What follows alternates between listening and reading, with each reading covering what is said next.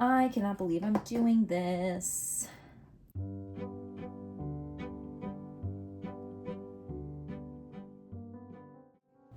Yes, you read that correctly. I am going to be pinning a deceased orb weaver. She showed up on my back porch back in the summer, ended up laying 2 egg sacs full of babies, and then died on my 30th birthday. So it felt meaningful, like I was meant to keep her. So I put her in my freezer, and now I am soaking her in 70% isopropyl alcohol to rehydrate her body, make her bendable, malleable again. And then I am going to pin her on some styrofoam just to get her into the right position. And then I plan to put her in resin. So follow along as I do that. All right, here she is, soaking in 70% isopropyl alcohol. I'm gonna use some foam to set up a little perch for her, to set up her abdomen high enough so I can get her legs out. I also got a set of tweezers from O'Reilly Auto Parts of all places for $6, which is not bad. And I also have the pins. I got these from Walmart. After watching some videos online of people pinning insects, I fear these may not be long enough. They're pretty stubby, but we'll start there. So I'm gonna be dumping out the isopropyl alcohol, getting her on a paper towel, building her little stand out of styrofoam, and then I'll be able to start pinning from there. So wish me luck. Oh my God, it like really freaks me out.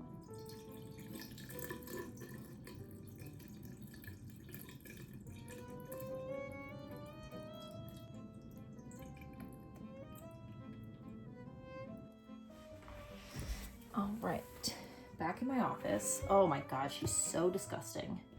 Like in the most honorable, beautiful, majestic way possible. I was actually pretty obsessed with her when she was alive, because she was right outside that back door, which has a window, so you could get very up close without actually getting anywhere near her because there was a glass barrier. She does have a few bits of web still attached to her, which I'm gonna try and get off. I don't know how I'm gonna be able to do that. Oh my God.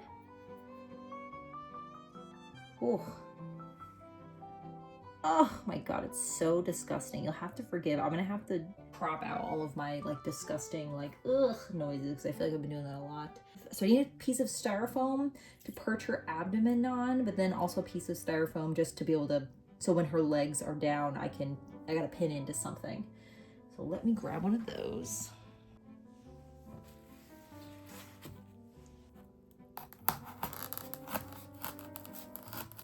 And if this ends up being too small, then I'll just cut another piece, but I think that may work. I want to grab her by the, oh God. Oh God.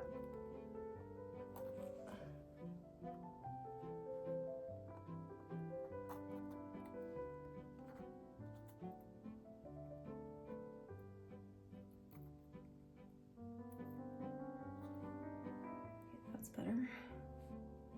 I guess I should just start pinning. I guess I'll start with this one because this one looks pretty good. Like maybe I'll just go like, just gotta put one in just to start. I'm afraid I'll overextend.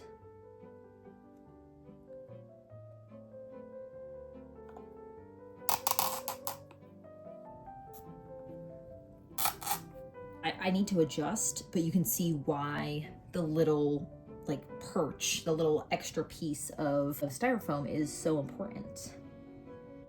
Because otherwise, like, how would you get her legs out like this? Oh God, so disgusting. Just gonna lift her up a little bit. There we go. Oh my God, so much better. I cannot believe I'm doing this.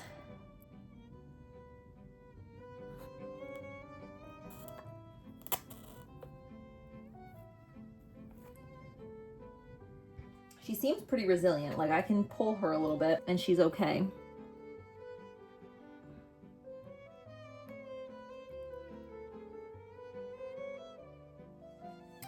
I wonder if I should just put one, I feel like I should put one next to her body so it doesn't keep pulling her off this thing.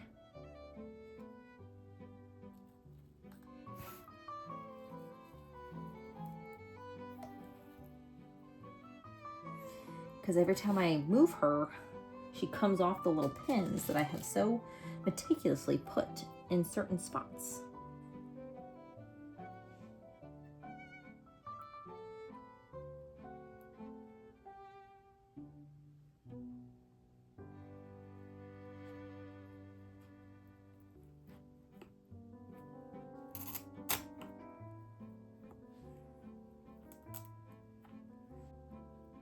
Honestly, back here looks pretty good.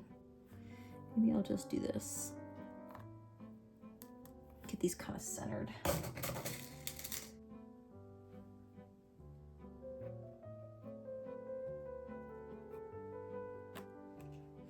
Shout out to O'Reilly Auto Parts because these little tweezers are perfect.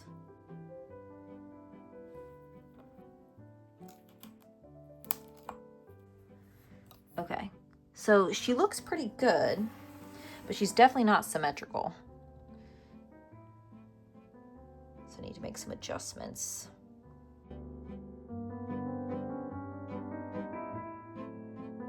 For everyone's reference, I am a first-time arachnid pinner. I've never pinned an insect or arachnid before, and this whole pinning effort took me about 35 minutes total. And once I finish up here, I will move outside to move those spider eggs she left for me. Honestly, I think that's as good as it's gonna get. I see little bits where I could make adjustments, and believe me, I want to. But again, I just feel like since I am not an expert at this, is the first time I've ever done it, and I don't need to be messing around with her.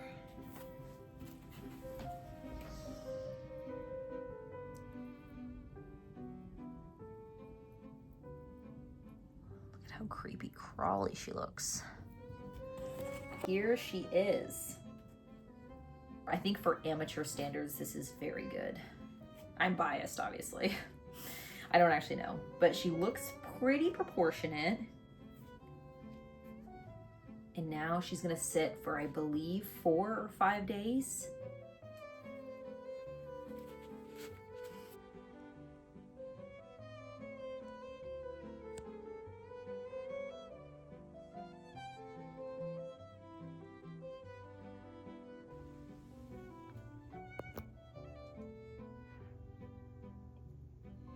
Here are her 2 egg sacs. The internet tells me that they can last through the winter and they will hatch in the spring. It's now January, so today I'm gonna move these guys so we don't get thousands of orb weavers in our attic. Like, look at all those crevices they could just crawl right into. Let's see if I can get these things down without opening them up.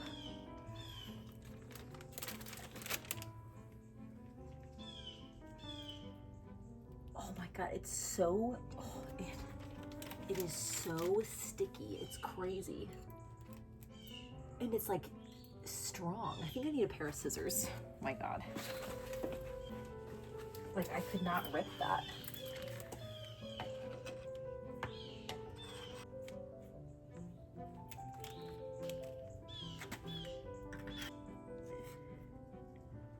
The love of God. Oh. Oh my God, so disgusting. I don't even know if these are alive. I believe in like good spider juju. Like, if I were to smack this and break it, I imagine they'll all come crawling out and up into my house and I'll have spiders in there for forever. But I'm moving them so they can hopefully live and thrive in the actual wild, and you will not come and build a web at my house. Okay, I just gotta try and catch the other one.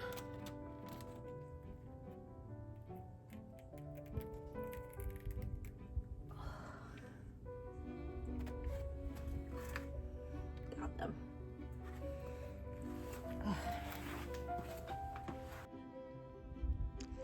No signs of life just yet, thank goodness. And we're just gonna go put these in the woods somewhere, I guess. All right, this looks like a good spot.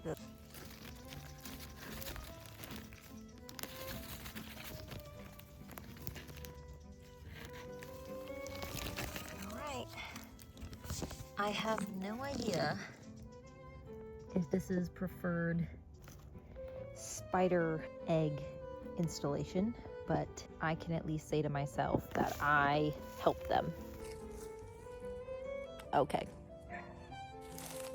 So now I just need to wait 4 or 5 days for the spider to dry. Sorry, I'm looking down so I don't step any of my dog's poop.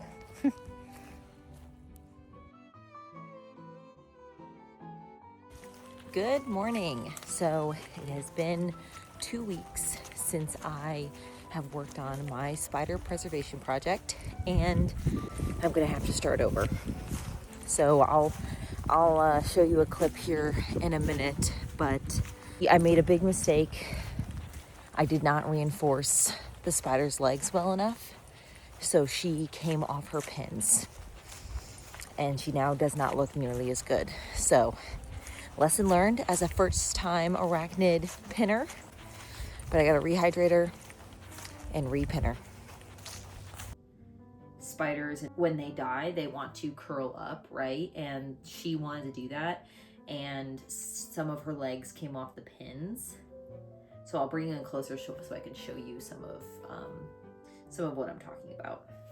Her little legs, right here and right here, came off their pins.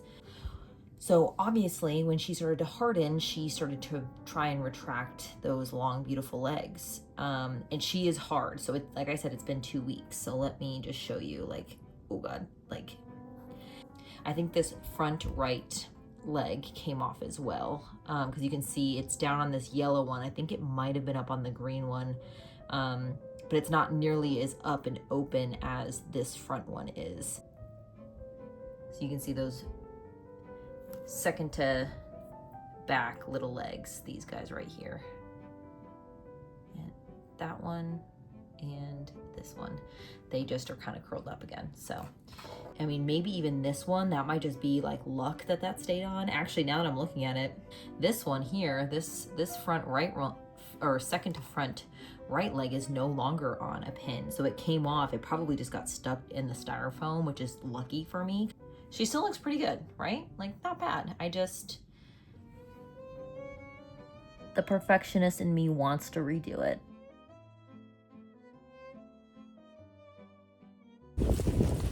So this video ended up accidentally becoming a how to almost successfully pin an Orb Weaver spider. Thank you so much for watching. I know it's kind of an unconventional DIY, but it's a DIY nonetheless. So if you enjoyed it, if you want to see more, let me know. I'll start foraging for deceased insects and spiders, and I can put more in resin. Honestly, we haven't even gotten to the resin part yet, so I just need to get this portion down, and then I can hopefully move on to a successful resin pour on my Orb Weaver spider.